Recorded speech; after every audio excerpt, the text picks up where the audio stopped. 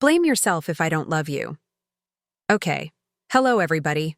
Welcome to the show. Please hit the subscribe button and give this episode a thumbs up. Sukanya, the host of Sister Wives, Tell All joined the Sarah Fraser show to provide further specifics regarding the Brown family. Some of them concern her tight bond with them as well as Kody Brown standing with the children. She also discussed the reasons the Brown family refutes doing group interviews, which would help to address many of the issues. See her comments by keeping on reading. Sister Wives.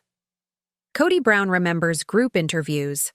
The first section of the Tell All had Kody preparing to go to Sedona with Robyn to participate in Theon-on-One interviews, but the Sister Wives star remembered the period when they were still shooting Tell Alls collectively before she left.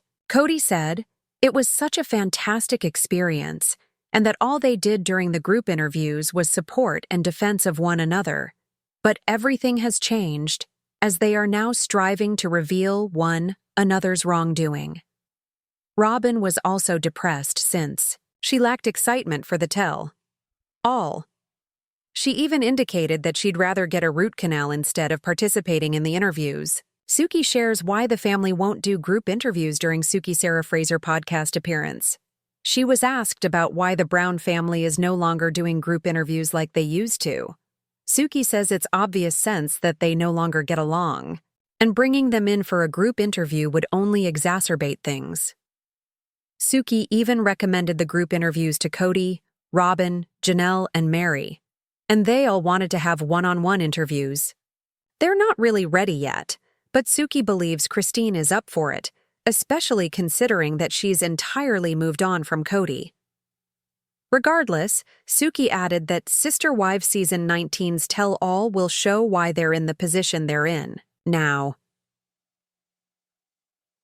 Sister Wives. Suki shares details about Kody Brown's relationship with the kids.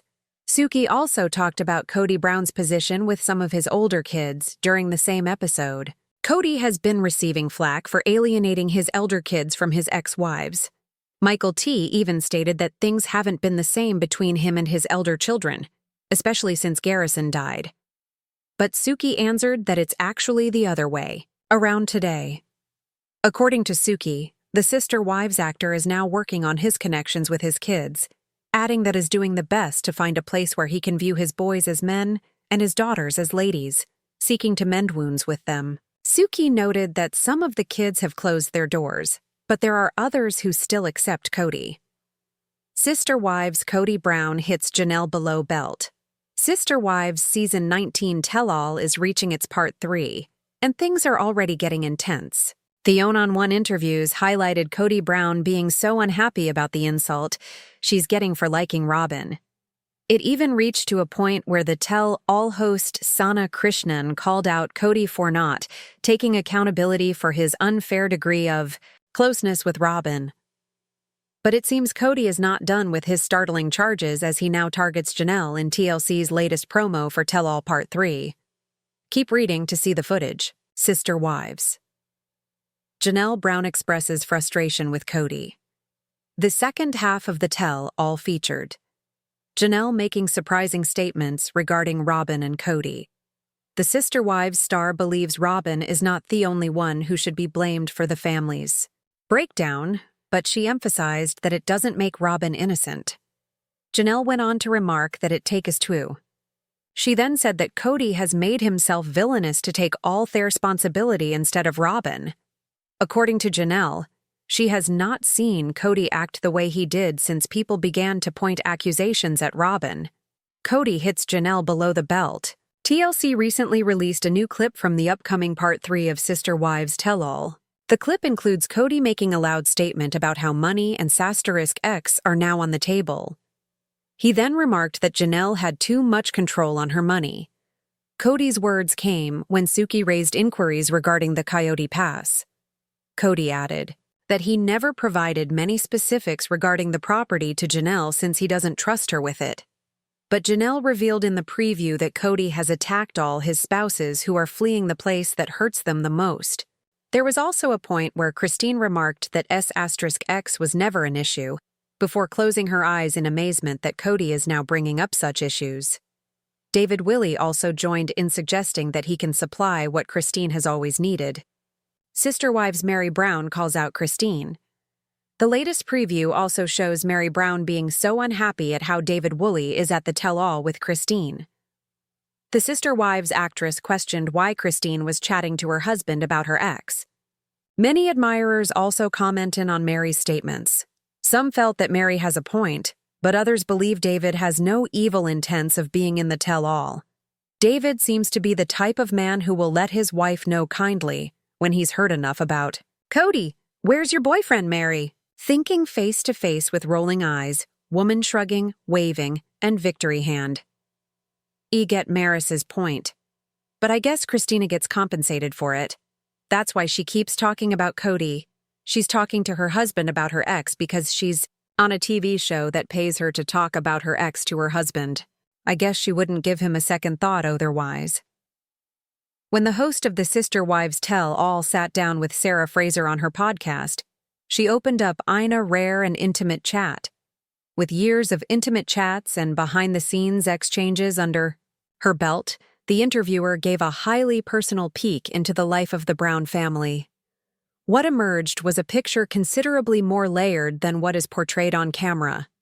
A family broken, growing apart, and slowly negotiating the aftermath of choices, taken in the name of faith, love, and personal truth.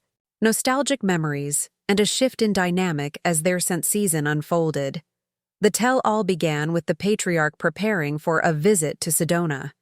He wasn't alone. His buddy was the last remaining wife who still stands with him. On the journey, he pondered on a time that now feels like a distant past when all members of the household used to participate in group interviews for the tell-all programs. Back then, the setting was simple.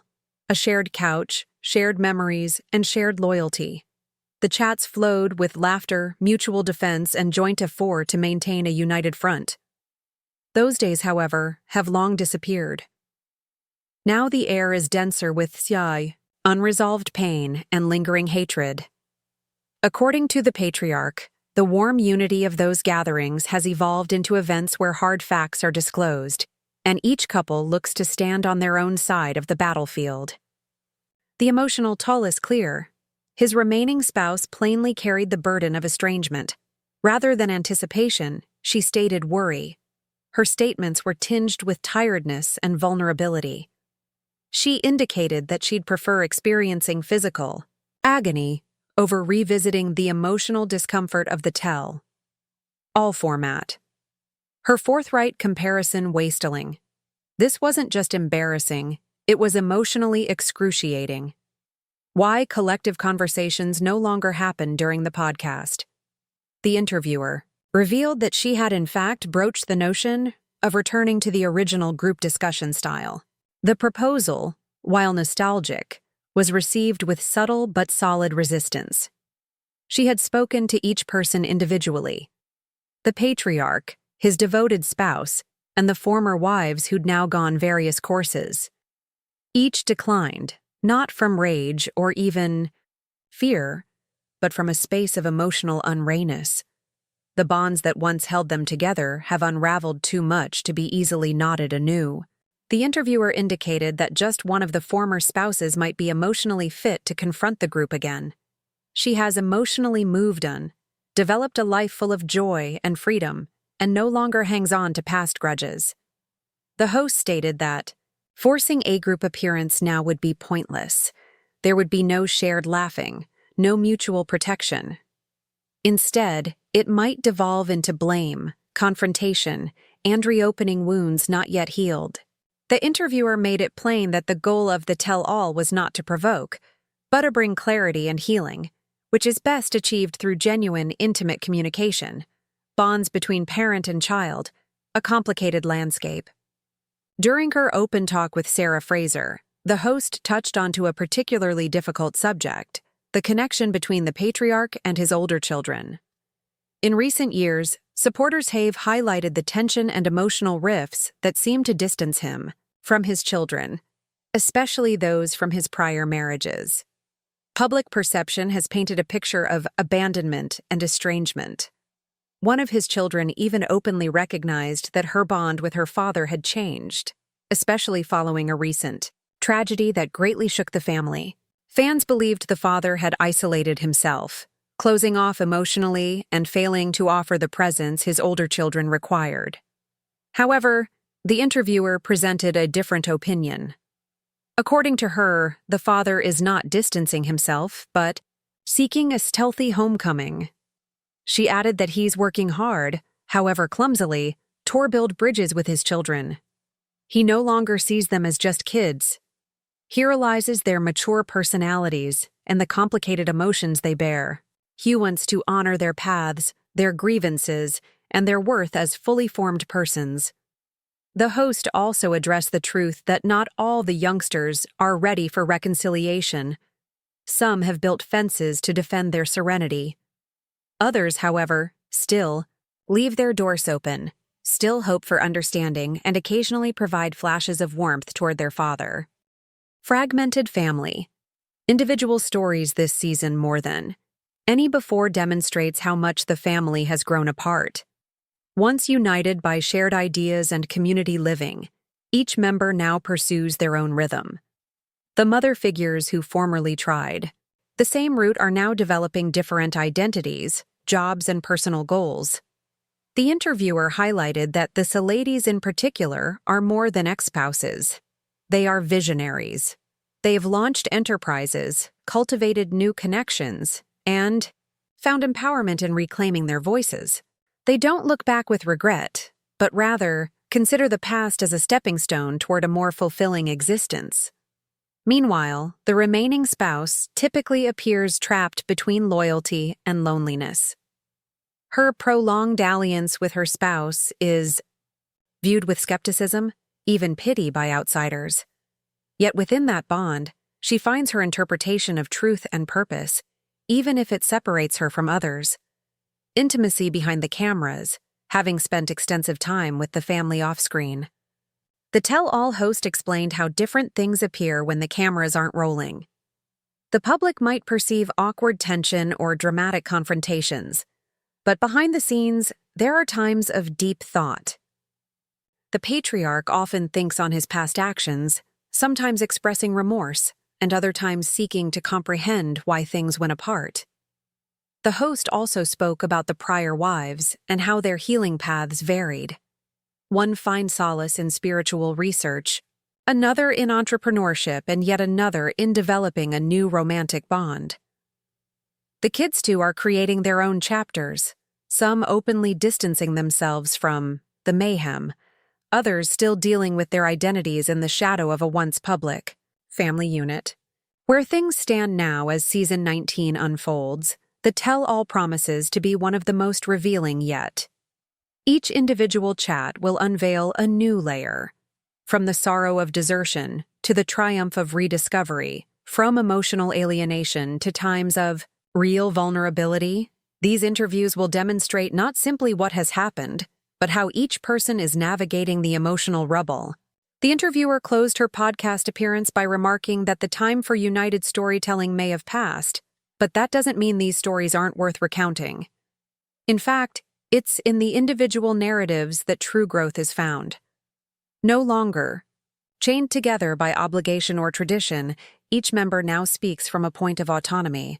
As the lens of the Tell-All series continues to zoom in on the unraveling narrative of the Brown family, the emotional intensity and interpersonal divisions among its members grow more transparent than ever. In the most recent episodes, viewers watch conflicts not simply founded in ancient wounds, but in fresh and painful truths being exposed for the world to see. With growing tensions, unvarnished admissions, and poignant observations, the third segment of this extraordinary reunion lays bare the raw and unedited chapters of a once unified family, now fractured into distinct storylines. Janelle's heartbreak, and the echoes of betrayal as the lights darkened for another round of the introspective interviews. Janelle sat with an uncompromising look. She came up about the slow and persistent collapse of the common hope that previously led her into a plural marriage. Her voice carried a weight it hadn't before. Tired, forceful, yet filled with sorrow. When speaking about the breakdown of the family's cohesiveness, she didn't point fingers at just one person. "It was never just one person's fault," Janelle said, her tone adamant. "It takes two people to either build something beautiful or tear it down." While she accepted that Robyn became a prominent player in the story of separation, she made it evident that Kody himself had transitioned into a role that was nearly self-sabotaging. The more fingers were pointed at Robyn, the more Kody seemed to shelter her, even if it meant shouldering all the responsibility himself. But what startled many wasn't only her reflection on the past, but the implication that Kody almost sought top-lay, the villain, to shelter Robyn from scrutiny, a blow that cut deep just when spectators thought the emotional strain had reached its limit. A fresh clip from the next episode sent shockwaves through the fan base. Kody, already under fire for his perceived partiality and remoteness, unleashed a surprise verbal attack. Not against critics or outsiders, but at Janelle. During his one-on-one with the tell-all host, Kody's countenance hardened as he steered the conversation to themes long considered forbidden in the family's public dialogues: intimacy and financial control. "This isn't about love anymore," Kody stated, in a tone as piercing as it was frigid. "It's about control. Control over money and control over affection."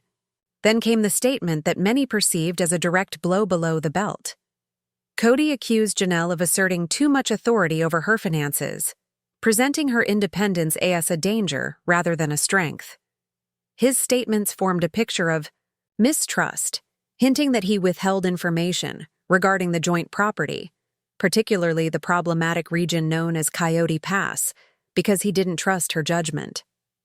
The accusations startled not only Janelle, but others who had previously backed her financial independence. For many years, Janelle had been the family's financial rock, someone who worked constantly to contribute and sustain their joint aspirations.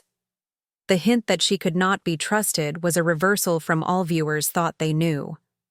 Christine and the unspoken truths, the emotional weight, didn't stop with Janelle. Christine, who had already withdrawn herself physically and emotionally from the family unit, sat opposite her new boyfriend, who has increasingly become a mute observer in this unfolding family drama. Christine responded to Kody's statements with a mixture of bewilderment and silent rage. "We never made intimacy the measuring stick for connection," she added, with her eyes closed for a time, as if gathering the fortitude to continue to bring it up now, after everything feels dishonest. Her new spouse agreed gravely, later explaining in a separate film that all Christine had ever needed was respect, consistency, and the type of emotional connection that was never truly accessible in her prior marriage. Meri's frustration bubbles to the surface. While emotions simmered in some corners of the tell-all, they boiled over in others. Meri, who has frequently portrayed herself as austere and quietly reflective, ultimately reached a tipping point. She directed her ire not at her former spouse, but at Christine, and more especially at the presence of Christine's new friend. "Why are we even doing this if your partner is going to sit through it all?" Meri questioned, her voice quivering not from fear, but from annoyance. "Why is it okay to bring him here just to talk about your ex-husband?" Her sentiment generated a firestorm of replies. While some expressed her unease, others were quick to support Christine. Many believed that having a spouse present might be a source of strength and healing, especially in emotionally hard interactions. Viewers react, a divided audience. The emotional reverberations of this newest tell are not isolated to the Brown family. Fans across social media platforms have been weighing in extensively, offering a range of interpretations and judgments. One user commented, "Her new man seems like the kind of person who would lovingly tell her when she said enough about the past. He's calm, supportive. Where's Meri's support system?" Another individual chimed in, "I get why Meri's upset. It must be difficult to sit there alone while someone else is held by the hand through every hard moment." Still, another commented, "Let's be real. Christine's getting paid to revisit her past. It's not like she's bringing it up over dinner. This is work. The intersection between pain and performance. At the center of all this emotional turbulence lies a challenging question. Where does personal truth and theatrical narrative begin? Each wife, each ex-husband, and even the new partners are navigating difficult landscapes of memory, animosity, and public scrutiny. Janelle's confrontation with Kody's remarks is more than simply a personal attack. It's symptomatic of a broader breach, one where trust and unity have disintegrated under the weight of unequal affection, financial mistrust, and inconsistent communication. Her perseverance in the face of allegations reveals a woman who, while pained, is reluctant to shrink from her truth.